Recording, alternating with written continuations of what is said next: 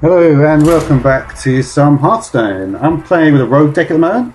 This is in just after the fourth week of the Black Mountain. Yeah, is it Black Mountain? Bleak? No, I think it's Bleak. Black Mountain. I have to admit, it's probably going to be a bit of a problem. I don't know, like the lore about all the stuff. Literally, none of these people mean anything to me. These characters.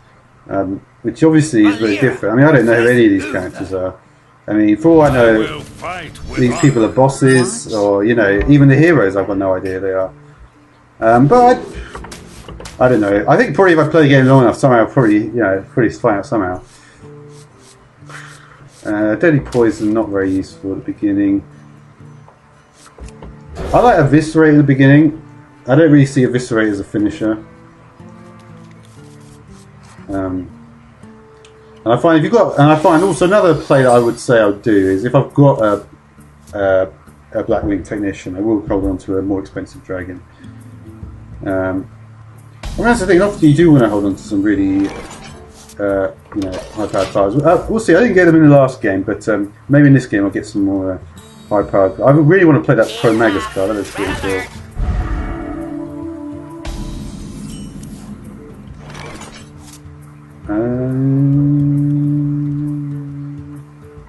I guess we'll stick it out. Although, no. This is a bad play. Because what can he do apart from All-Door Peacekeeper? And the answer is nothing. Unless there's a new play out of the new cards I'm not thinking of. Hammer of Wrath is 4 mana. Oh, you can do that. That's a good point. But still, it's not really a great play. He's only got 4 attack here. So this is. So that was a good play, I think. It's an irritating card to deal with. A 3/5. It's got the same stats as Felguard. An annoying play to deal with. He has got a weapon out, of course, but let's see what he gets. He's never going to get anything good, is he? Well, I guess it's nice because you get to see. One of the good things about, it's the same with the Pilot Shredder or even Sneed, is that you do get to see all the different cards. See, this is one card that I never actually. I like the pirate decks a lot, right? So I do like to put them in. So he gets to trade there. Ooh, that's not what we want to see. Doesn't make much difference because he'd probably be doing it anyway, to be honest. Alright, we're going to want to get rid of that Pagel there. Well, funnily enough, before this I was actually playing a rogue. I was going straight face. No. I was actually playing the Gang Up deck. That's a fun play. That's the mill deck. That's an awesome deck to play. It's not an easy deck to play though, I'll tell you that much.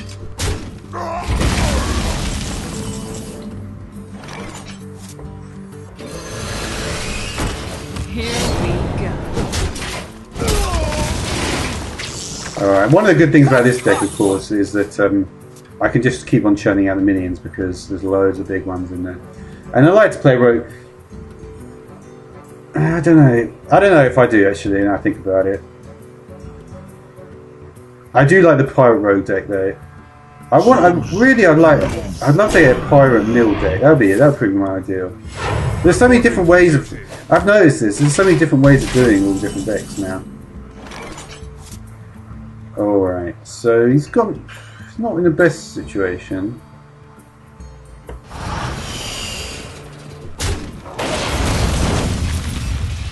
Here we go.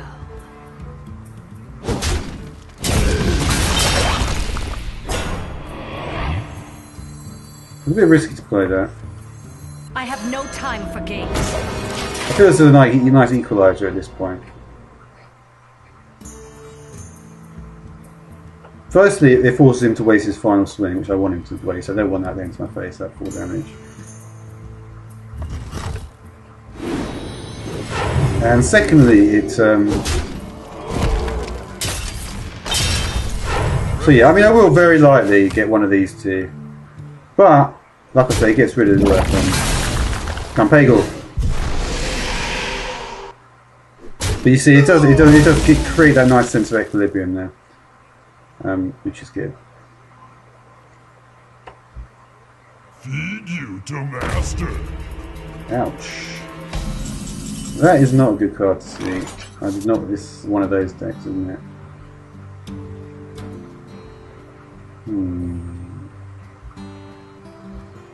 In this case, I probably am going to want to.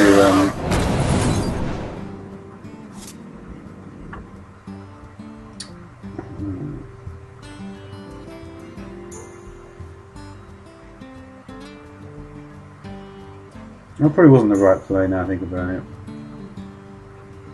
He's going to trade it out with this. He's going to have the 7-4. The thing is, right, is I can deal with the 11-11 with this anyway, so it doesn't really matter that much. I actually want to get rid of his card draw here. So I don't really like that. It's not a great play.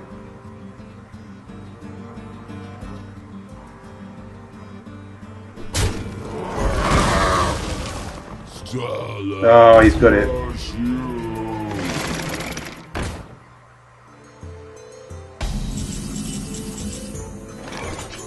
Alright.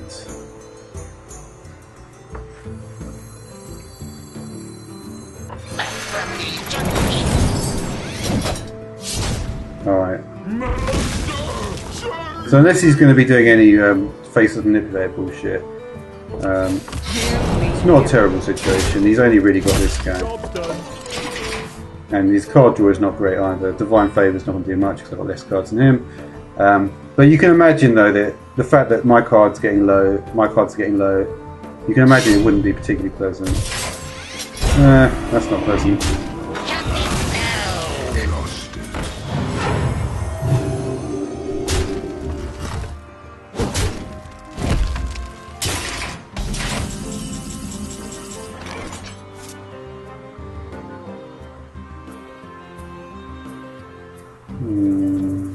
So 11 damage, that's quite a lot. I'm going to chuck down your Sarah here. Of course, we get Sarah Awakens, it'll be game over. That's not bad.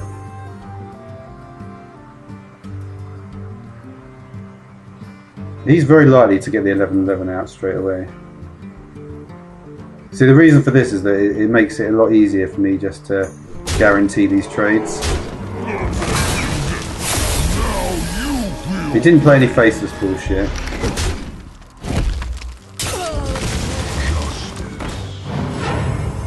So this one's dead. His cards are pretty low as well. Alright, so do we have any... We've got this dragon. I've got the beast in my sights. Get rid of this. Here we go. Get rid of this. This guy's toast. Now he will be probably holding on to equality and consecrate and stuff like that. So if he has got the equality consecrate, I'm in quite bad shape. So I will.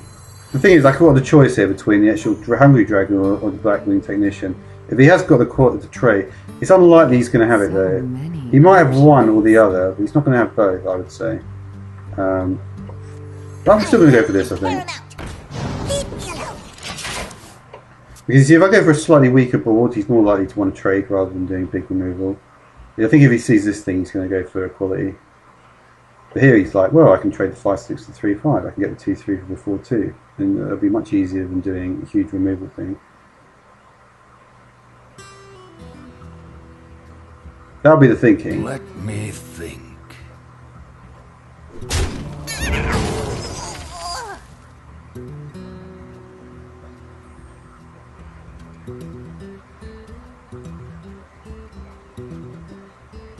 And obviously the nice thing is that I've got this trade with the... This is really the trade that I want. For duty. These two over here.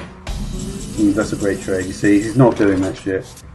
If I had, I could, yeah, it would be nice to be able to wipe the board here.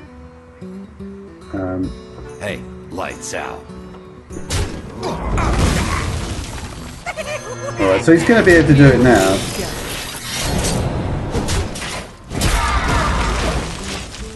But it's not too bad. Because realistically, all he's doing is just... It's just going after Dr. Boom, really.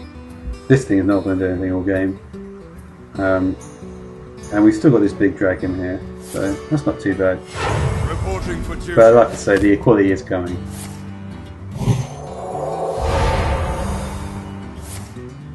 And the concentrate.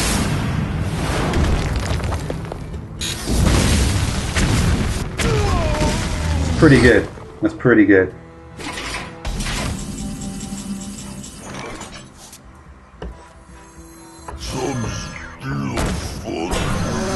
Here we go. Let's see what he gets here. Ooh, that's not very nice.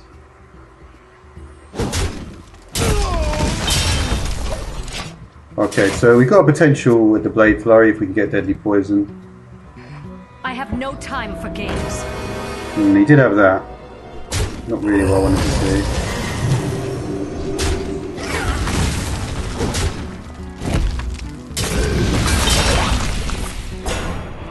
This is actually a very interesting situation. The reason I say that, right, is because what can actually happen? This is probably like a special case sort of situation in a way. If you think about it, right, if I take with the 5-6, then what will happen is that whichever one he takes. Oh wait a minute, no, sorry. Well, if he takes the 1-2, I could then. I mean, I'm gonna have to trade anyway, aren't I?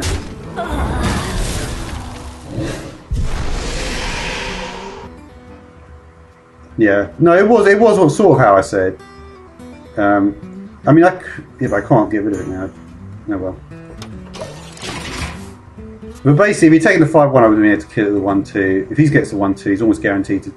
Even if he doesn't trade, basically what I'm trying to say is that there's not much you can lose from that situation there.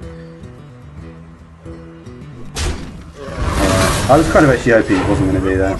He was going to do some other removal, but oh well.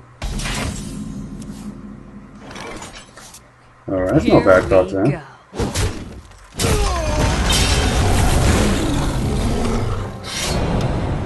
Let's see how he handles it. I've never actually, this might be the first time I actually get some draw from this thing. I bet I don't know. Something like this is just, he's only got 3 cards, he can't have much to deal with it. He's going to need to put, oh no! Red alert. I've got the beast in my sights. Reporting for duty. Oh, I still haven't seen the thing. I mean, obviously, I will see it, but it's annoying nonetheless. What lurks in the deep? A single! Yes. Boom! But yeah, I mean, it's a bit annoying, but I think we're going to be wrapping this one up in a moment.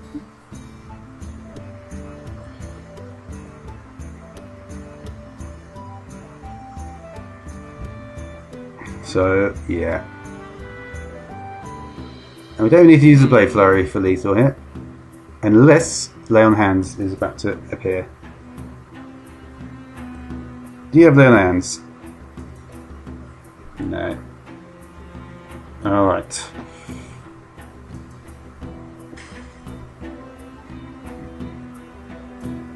I wonder.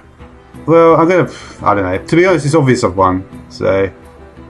Yeah, I was just going to check. See, sometimes they just do that. They leave the game or they do nothing right at the end. Oh dear. You did actually. I don't think I've won then. No, he's going to be able to do something. Okay. So we'll take this out.